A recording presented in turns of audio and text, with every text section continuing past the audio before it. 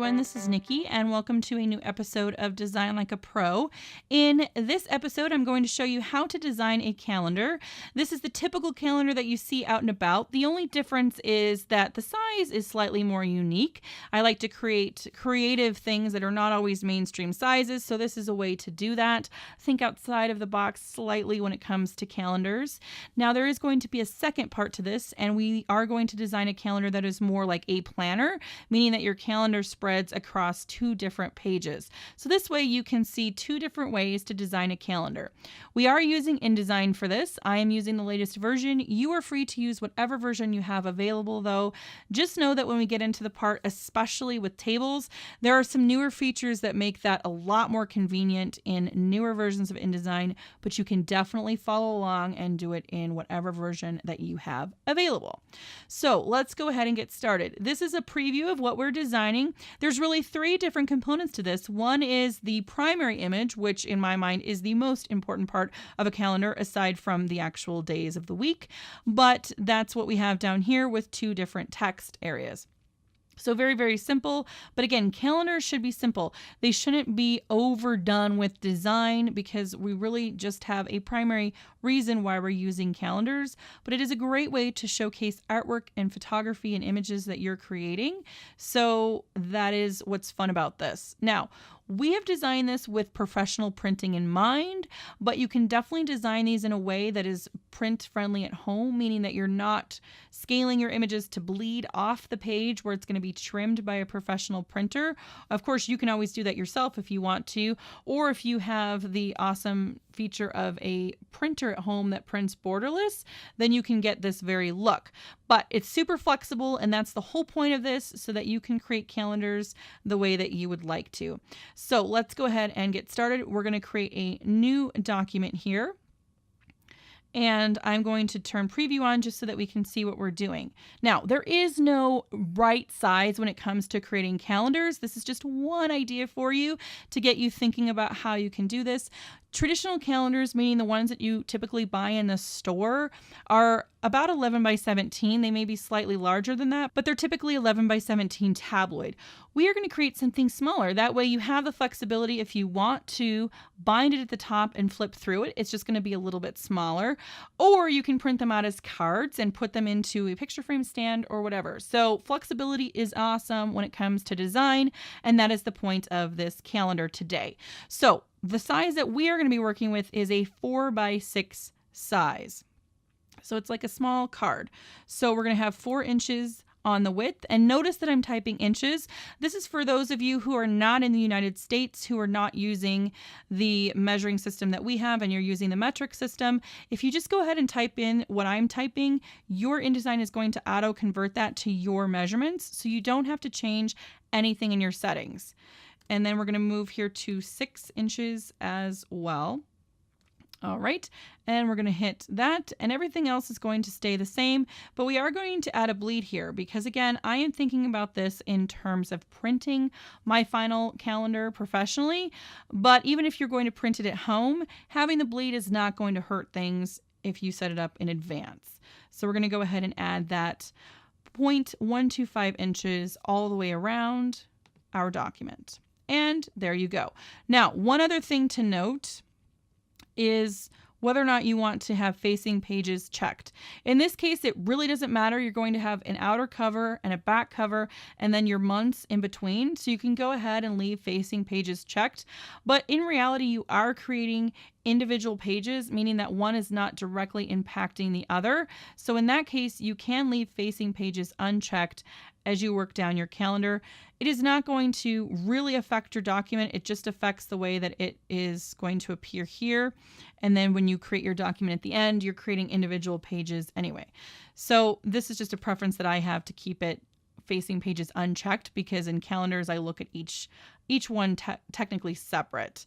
So this is how we're going to work on this, and know that each 4 by 6 page is an individual page of our calendar, and that's how we are going to design it. Okay, so now we basically have our calendar ready to go. It's now ready for us to design and do what we want. Since there's only 3 components to our calendar, I really think, as I always do, from the back forward, and in this case, it's going to be the image. The image is going to determine where on the page we're going to put the rest of our content. So I really want to place that first, get that exactly the way that I want it as far as size goes, and then I can place the other two items in the space that we have left. So let's go ahead and bring in an image. The fastest way to do that is to hit Command or Control D and find the image that you want to work with, and go ahead and bring that in. Now, you can see here that what happens is the image is huge, so we have to resize this. So I am going to show you a technique that actually saves you some time versus just bringing in a large image and resizing it, which you can do, but what's actually easier is to take a frame and draw it out to the size that you think you'd like your image to fit into. And so we are going to do that, and I'm going to drag it below the halfway point because I really want the image to fill the majority of this calendar. As we know, it is definitely about the images when it comes to calendars, so we do want it to fill the majority of our page. And from there, we can go ahead and hit Command D, reselect the image, and what's going to happen is it's going to place it into our frame. So now all we have to do is hit Control, Fitting, Fill Frame Proportionately. All right. And then if we preview it by hitting W, you can see that was a lot faster than if we would have had to keep scaling that image to fit our frame. This way we can sort of dictate that in advance and say, hey, this is what we want for our image, at least right now. Now, if you want to have some flexibility, you can definitely take this a little bit longer and go back to Control, Fitting, Fill Frame Proportionally, and it'll fill it. So just because you set the frame doesn't mean you're married to it. You can definitely adjust things the way that you want to and resize your document and your image that you just dropped in. So now we can see that we have some space here at the bottom for our text. And that's why I start with the biggest image first, or the biggest item first, so that I can see what I have left to do. It makes designing so much easier, and it also helps you sort of map out key areas, even if you're not 100% sure which direction you want to take when you start designing your document. So the next thing that we're going to work on is just the text for the month that we're working with. And I am a fan of modern, clean design, so I'm going to just use 3 letters in the month instead of using the entire month, because we have shorter months and longer months, and it's going to keep my designs a little bit different each time. So I really want them to be consistent from page to page. That's a design choice that I am making. So I come over here to the text tool.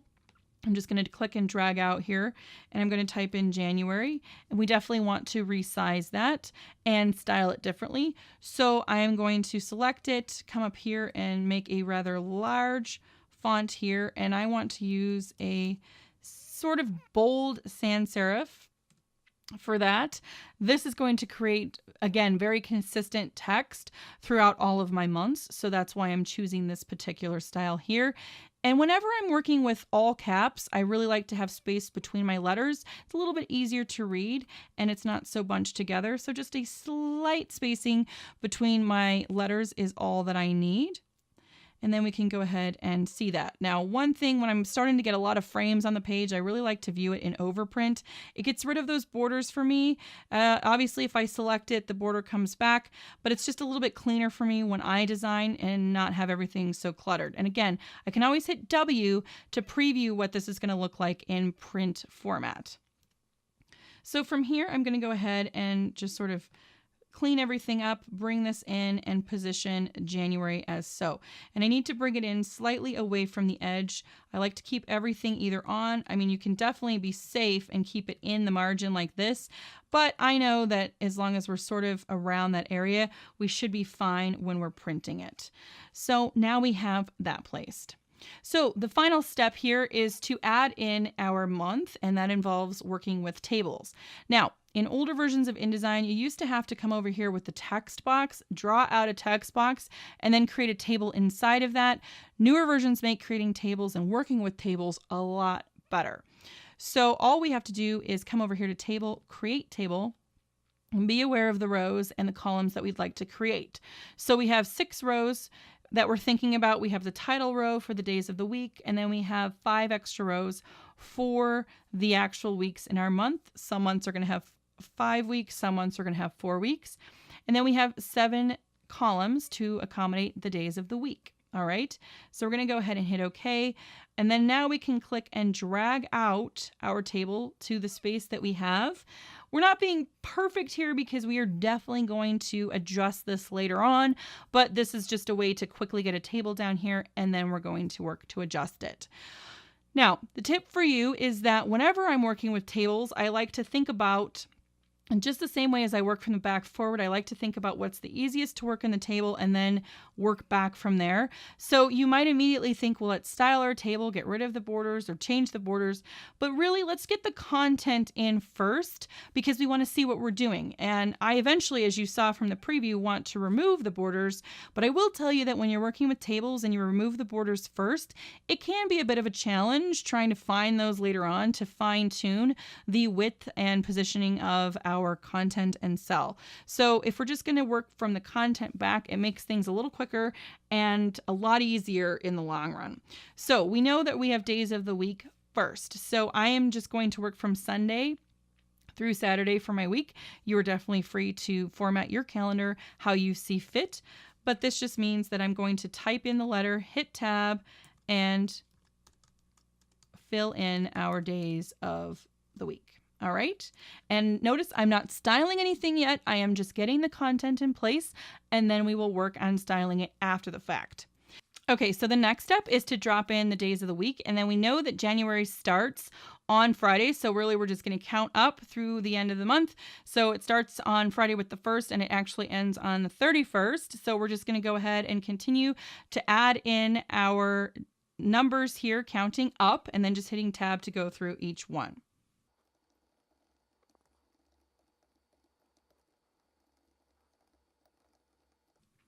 Okay, and one tip is to really pay attention when you're doing this, because I have completely screwed up a month before and had to backtrack because I missed an actual number because I end up doing it so fast. So just definitely pay attention to it. Have a reference for your calendar when you're doing this to make sure that your days of the week are actually correct for 2016. And then you notice here that I am missing a row. So I'm just going to hit tab. And if you don't see it, you need to extend your text box like I do here. So now I have my extra row, then I need to add 31. Okay. And so adding tab at the end of the row is going to create another row directly below it, which makes it really quickly when you're working in your tables. Okay. So now we have the initial content in place. Now we need to format it. We obviously can see that it's coming right off the end of the page here. So we need to do some work here to make it fit and still legible. So the first thing that I'm going to do is I'm going to style the text. And by doing that, I'm going to select all of it. And then we're going to come up here, and keeping with a modern theme, I'm going to just pick a nice sans serif here. And then we are going to go ahead and decrease the size down to 9. And again, we want this to be really, really small. The emphasis is on the photo. So the text numbers don't have to be incredibly large, but they do still need to be legible. And I'm going to center align everything in the cell so it all lines up really, really nicely. And then I'm going to also align center in the cell itself. So the first one just aligned the text so it was all centered. And then the second option, center aligned it within the cell itself. That way there's equal spacing all the way around our characters. That's exactly what we want. Now, you could take this a step further. We are going to leave it black for the design, but if you would like to change the color of your text, all you have to do is come over to your swatches palette, hit the T, and change the color. By default, the square is selected, and that is going to change the color of the cell, not the text. So make sure that T is selected, and you can see here that now all of our text is a cyan color. So if we want to take it back to black, we have to hit the T again and take it back to black. Otherwise, we are going to be changing the color of the cell. So now you can see that we have a nice look going, but there's a couple of things that we need to fix, primarily being the spacing. Our 31 is coming off of the page here, so we do need to decrease the spacing between our rows and potentially our columns as well, because again, it's awfully close to the edge. So later versions of InDesign make this so much easier than older versions. You can do this in both, but in later versions, you basically just have to select your table, and when you have the arrow go up and down, hold down Shift on the last line of your table and bring it up. And you can see that we are aligning our columns equally. The spacing is equally as we bring this up, and we are not going to have to do that manually like we had to in the past. And the same thing is true for columns. It's just that your arrow is going to switch now to be left to right. And again, we can select this, bring in our columns so that they are all equally spaced. And you can see that's a very simple way to bring in our calendar now, and it fits much better in the space. We don't have the risk of it being cut off by accident. So the final step is to get rid of these borders. We've done the work. We can see what we were doing. You can see that having the borders definitely helped us as we were formatting the calendar table. But now that we have it the way that we want to, we can go ahead and get rid of them. So your borders all live under the stroke feature, and it all depends on what's selected here. Right now, we just have the outer borders selected, and we want to select all of them in order to get rid of them. So I'm just clicking, and then it turns to blue. Now all my borders are highlighted, and I need to change stroke to 0. And that is going to get rid of all of my borders. And just like anything else, if you do like your borders or you just want to change them, again, making sure that they are all selected, you can bring them back, maybe have them a little thinner. You can go ahead and change the stroke color to something else if you want to. For example, now we have magenta, right? But we don't want that. We want them to be gone for this design. So that's how we work with that. Now we can go ahead and hit preview, and we sort of have our finished design. And in preview, you can move these around a little bit and fit the space to your desire. But that's pretty much what we end up with. Now, you've done all of the hard work. When you're ready to continue working on the rest of your months, all you have to do is basically duplicate it. I would definitely recommend duplicating it. You don't have to do all of this work again. And now all you have to do is swap out your photo, change the month, and then tab through your pre-made table to change it for each month following. So now going forward, it's going to be a little quicker for you because you've done the work initially with the first month. Now, this is not a tutorial on how to create the entire calendar because a lot of it is repetitive. So we are basically say we're done here and we're ready to print. So I'm going to do one step, which is going to my master pages here. And this is setting up for my preferred way to save my PDF. And I have a tutorial all about this and setting up my go-to PDF preset. So I will link that down below, but I do need to do this step in every single document that I'm creating that I am going to send to a printer. And basically all this is doing is going to outline my text when I save my PDF, so I don't have to do this manually. It's a huge lifesaver, and it is my go-to format for creating PDFs for print. So all I need to do now is grab my rectangle tool, and I'm going to create a rectangle on my master page because I want this to appear on all of my pages. And all I'm doing is dropping the transparency to 0. And again, setting up the PDF preset is in a tutorial that you can see exactly how to do this and why you're doing this. And this needs to live on its own layer. So I'm going to come over here, create a new layer, drag it below everything, and click this square to this square so it ends up on its own layer. And I'm going to go ahead and lock it. That way, as I work through my document, I'm not accidentally going to select it. All right, that's all the setup that I have to do for this. So then when I go and I save my calendar for print, I'm going to go ahead and save it as this. Hit save. I'm going to replace it. All right, and whenever I select one of my pre-made presets, this one is my Outline Press Quality Default, it's going to trigger that preset and the feature of that transparent box here.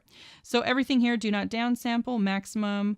We, in this case, don't really need our marks, but we do want our bleed because we want this to bleed all the way out. Output is set to CMYK here. Advanced is what I'm using here. The transparency flattener is that extra feature that I use in my PDF presets, and it's high-res outlines. This is what attaches to the transparent rectangle I just created. And again, it's in the tutorial on how to actually create and set up your transparency flattener. It's a one-time setup, and then you can select it right in this dialog box anytime that you want to use it. And then we are ready to go, and we can go ahead and hit export, and it's going to create the PDF. Now that PDF is ready to send to a printer. But one last tip, what if you want to print this in-house and you don't have the luxury of printing borderless, meaning that you're going to have a white border around it? Well, it's very simple to set up. The only thing that you have to do is drag in your image, preferably equally on all sides here. And later versions of InDesign will kind of help you match this up. But basically, you want to go ahead and create a white border yourself. That way you're in control of how much space you want. And you want this to sort of be equal, something like that. So now I can go ahead and print this on cardstock right from my computer to my home inkjet printer. Nothing fancy. I just like it to be on cardstock because it's a little heavier. And now I can print that off. I'm not worrying about a bleed. I can do this in-house on my own. So those are two different ways that you can print this calendar. And that way, if you want to bind it at the top, you can, or you can just print them out yourself as individual cards. It's completely up to you. In part 2, like I said, we will be looking at a different format for calendars, so keep an eye out for that. That's going to take the calendar into a planner booklet format. If you have any questions about this or you struggled in an area, please leave it below in the comments. I do my best to answer everyone that I see. If you haven't already, please subscribe so you can stay up to date with all of the latest and greatest, especially when part 2 comes out. Give it a thumbs up if you learn this or you're going to use this technique for your own calendars, and I look forward to seeing you in the next episode.